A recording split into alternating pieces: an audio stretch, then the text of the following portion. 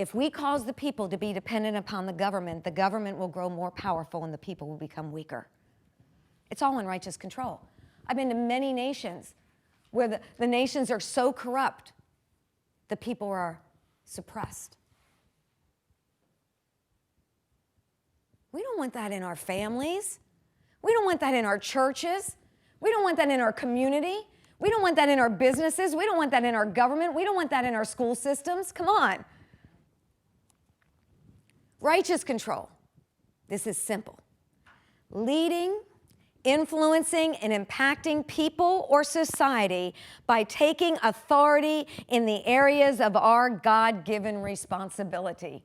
It is so freeing just to be you, to do what God has placed inside of you, the gifts He put inside of you, and take that and release it to your world, to your spheres of influence. It doesn't have to look any way. You can't even put a label on how this looks. It's just being you and releasing you.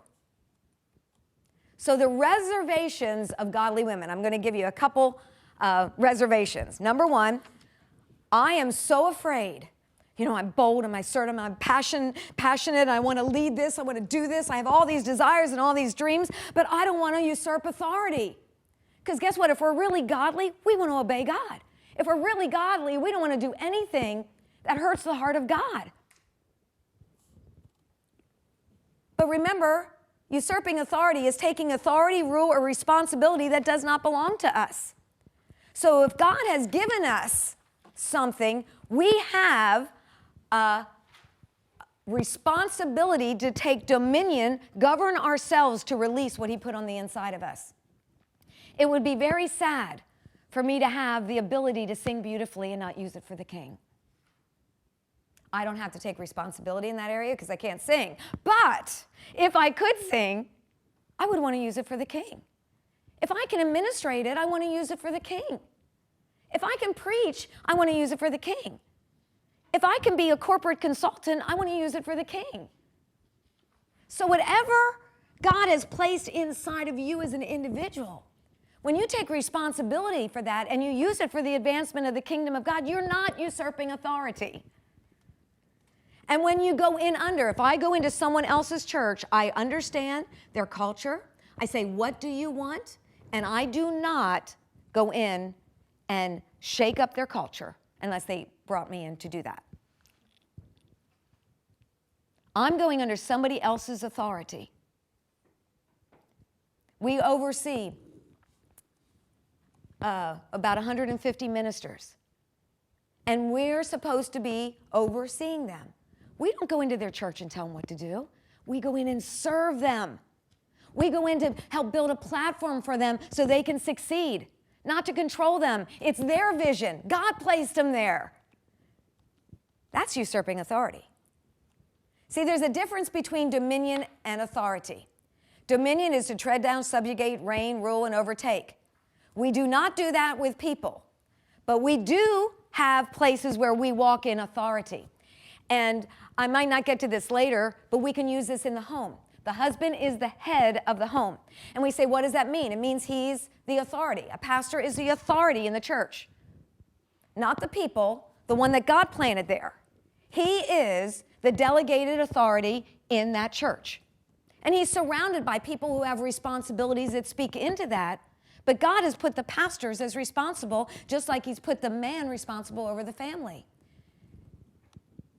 And that is, if you say, well, that means authority. Actually, head does not mean authority, but let's pretend it does because it's a beautiful word. It's a Greek word, exousia, which means the power, the right, the privilege, the opportunity,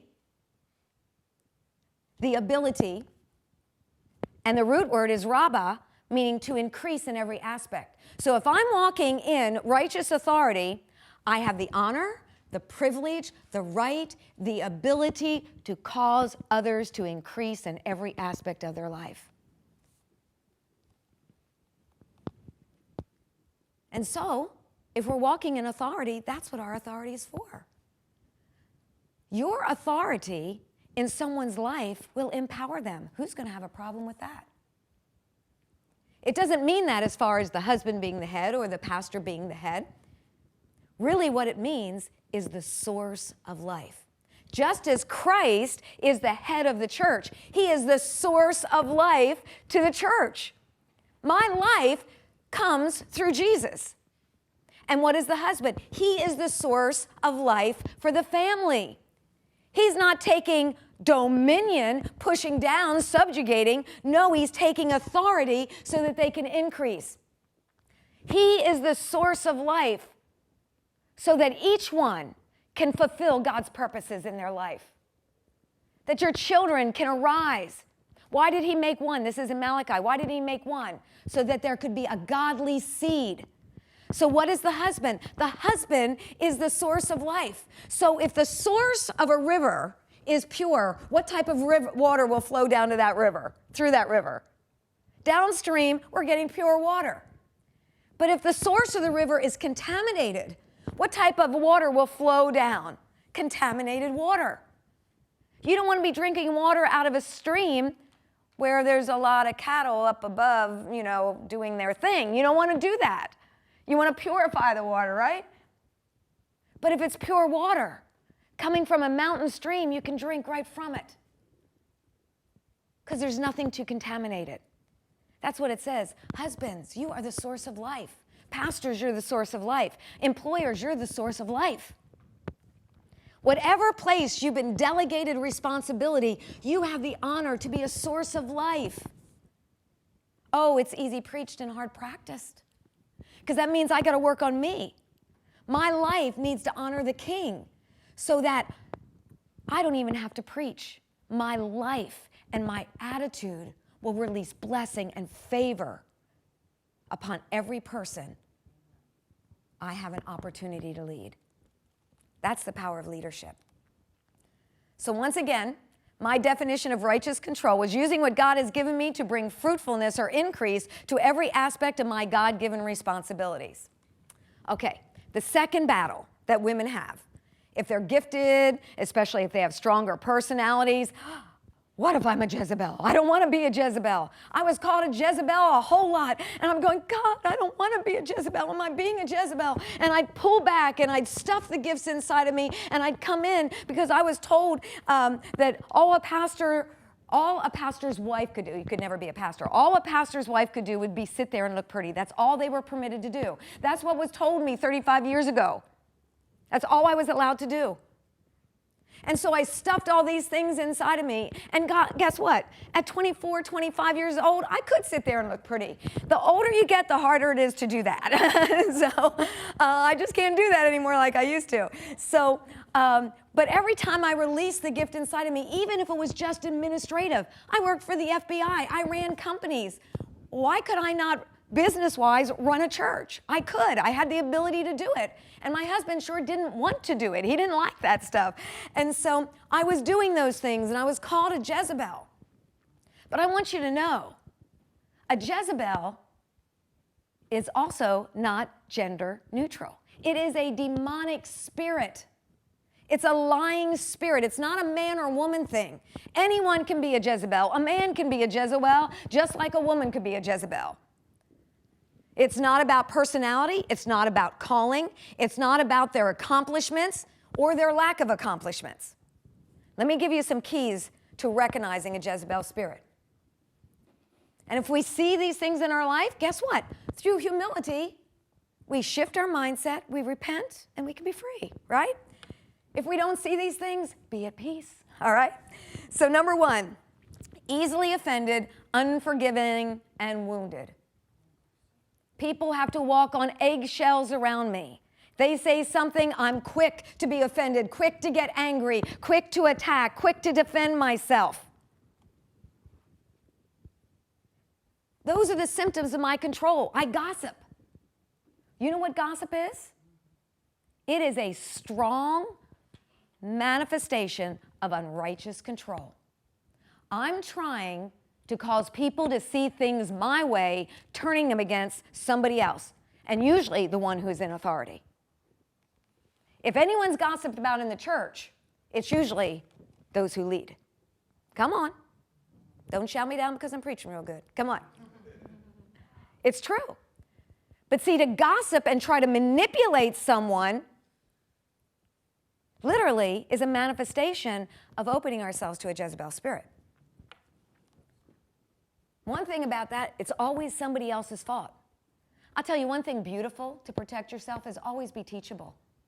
Allow people to speak into your life.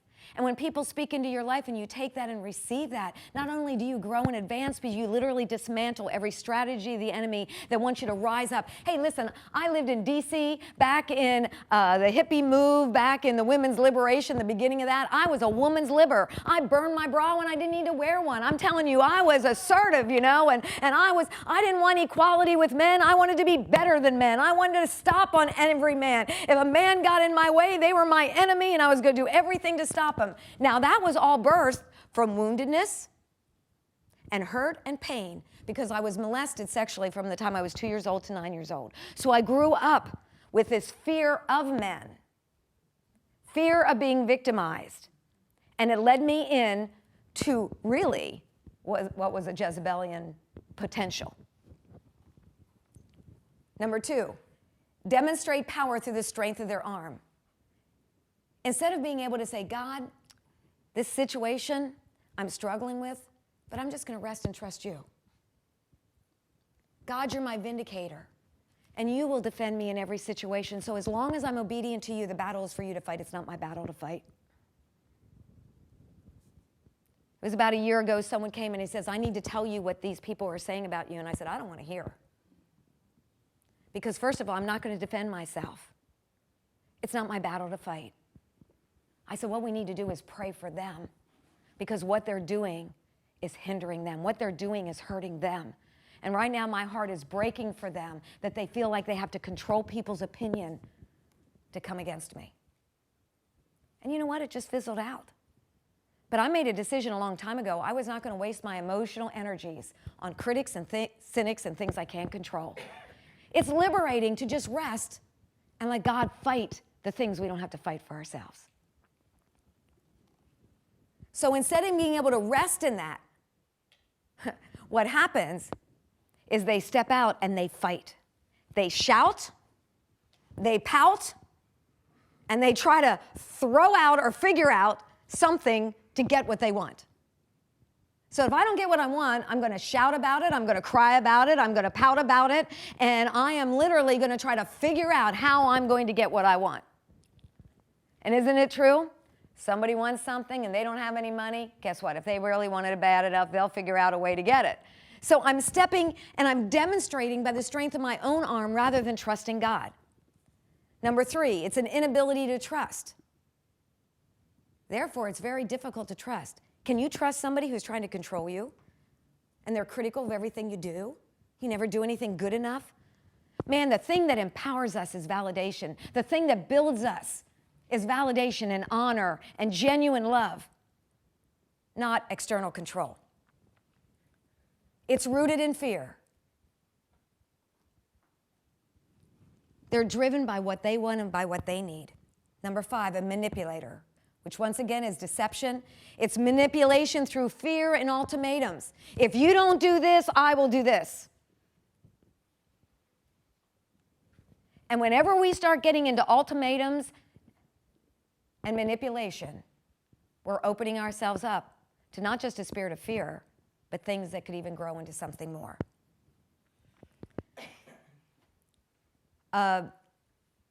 Actually, Jezebel, what she did, she wanted that vineyard for her husband, Ahab.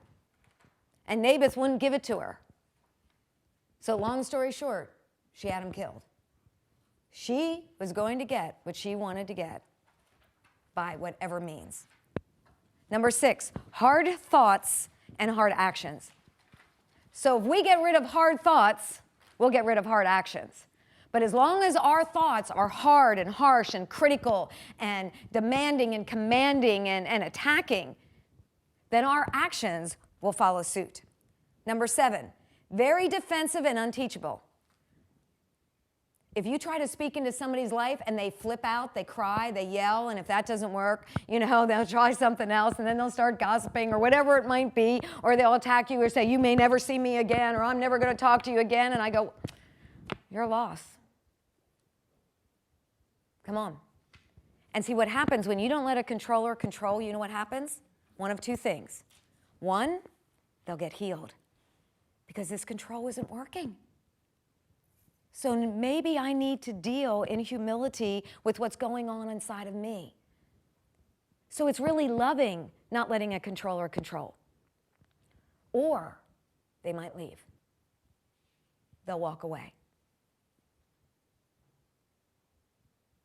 And so often out of fear, we're so afraid somebody's going to walk away that we allow ourselves to be controlled and manipulated. I'd rather be surrounded by those who are for me rather than those who tolerate me. So they're very defensive and unteachable. They might function in false humility or false mercy, or they might act and talk like they're submitted and they're supportive, but their ultimate goal is to get what they want. It's not what they say, it's what they want. And this is a big one right here, because when it gets to this point, we're really dealing with the Jezebel spirit. And this is charismatic witchcraft is demonstrated their controlling prayer, their counsel, their ministry, their actions, even the prophetic. So whenever they take their gifts and they use it to manipulate somebody else to get what they want, that is Jezebelian tendencies. So what do? I go and I pray against somebody else's will. You think about this. We say, Holy Spirit, I give this person to you. I pray that you would speak to them. But Lord, cause my husband to stop doing that. He won't do that. If that man or that woman or that person is not teachable to receive truth, they'll continue to do what they're doing, because see, God gave man self-governance. Let's go back to the beginning. God isn't going to make anybody do anything. Remember when Abraham gave Sarah to the king? You know, man, she's beautiful. I'll just let, the king have her, to save my life. That was a real man for you right there. All right. And so, but you know what? God gave the king a dream, and he wasn't even a believer. But that king recognized God was speaking, so that king made adjustments. Why? Because he heard God. But that king could have made a choice of saying, I don't care what you say, God. I'm going to keep her, and now I'm going to go after Abraham, and I'm going to do these things. No, he had a choice to make. Every human being has a choice they need to make. And so when we try to manipulate and control people through our prayers, through our ministry, I mean, there was times, once again, I love the prophetic. I prophesy. But there was a time where people used a prophetic gift, and they used it to manipulate, to meet their need. We had to totally shut down for 2 years in our church, the prophetic, because of the manipulation of it. And we knew if we didn't shut it down, it would literally erode away the very reason why God planted us here. Revelations 2:20. Notwithstanding, I have a few things against you, because you suffer or allow the woman Jezebel, who calls herself a prophetess, what? To teach and seduce my servants to commit fornication. Do you see, it wasn't that she was prophesying. It wasn't that she was even called a prophetess. It was because she was using that gift to seduce people to do things that were contrary to the heart of God, and to eat things sacrificed to idols. Look what fornication means. It means the act of a harlot. It means to indulge unlawful lust or sex. But look at this, to practice idolatry. To get someone to put anything before God. Guess what? My husband does not come before God. And in his eyes, I do not come before God. We made a decision that we were going to be partners in building the kingdom of God. So he hops on a plane and goes away for a couple weeks to another nation, and I hop on the plane and go away for a few weeks to go to a nation. We're one another's cheerleaders. I want to see what God put inside of him fully released, and he wants to see what God put inside of me fully released. But when we try to control someone in those things, then we are walking in a place where we're putting ourselves as an idol before someone. I'm going to say a strong statement. You can unpack it yourself, but I'm going to say it anyway because I like to challenge mindsets. I never ask my husband for permission on anything, but I always go to him for agreement. And if he has concerns, if he can't agree fully with something, I know his heart. And I know he loves me enough that if he is concerned, I'm going to listen to him. And he comes to me for agreement, and he gets my feedback. And we communicate to one another. It's beautiful. And there's only been 2 times, we married 40 years. There was only 2 times in these years that he said, Melodye, I don't feel good about this. I said, okay, if you don't feel good about it, I'm not even going there. It was so easy to submit to his counsel because we're not in competition, we're partnering. God's original intent. Number 9, Jezebel resists the prophetic, the true prophetic. Jezebel is really intimidated by strong prophetic individuals. And they will not let someone speak into their life. They will not allow themselves to be teachable because they hear from God. Nobody could tell me what to do. Recently, we have regional meetings for leaders. And there was a person who came to one of these regional meetings, and they went up to the guest speaker, and they started telling them what they were doing, which it doesn't take a theologian to recognize this person was really off. And so the guest speaker began to speak truth and a little bit of understanding and correction. Now, did you think about this? What about this? Well, God told me. And then he said, well, what about this? Well, God told me. And he told us, he said, after the 3rd time God told me, he said, I recognized they were not teachable. And I said, well, you just do whatever God tells you to do then. See, that's symbolic of a Jezebel spirit. So the fact is, all of us can choose to be teachable. All of us can do the opposite of these things and have so much confidence that when we're releasing our purpose and releasing our voice, that we're truly honoring God and building others. Number 10, there usually is an Ahab in close proximity because that Ahab gives her the authority, allowing themselves to be controlled. You can't control somebody unless there's people who allows them to be controlled because once again, Ahab is not general specific. I can't control you unless you allow yourself to be controlled. So I need an Ahab to be able to be a Jezebel.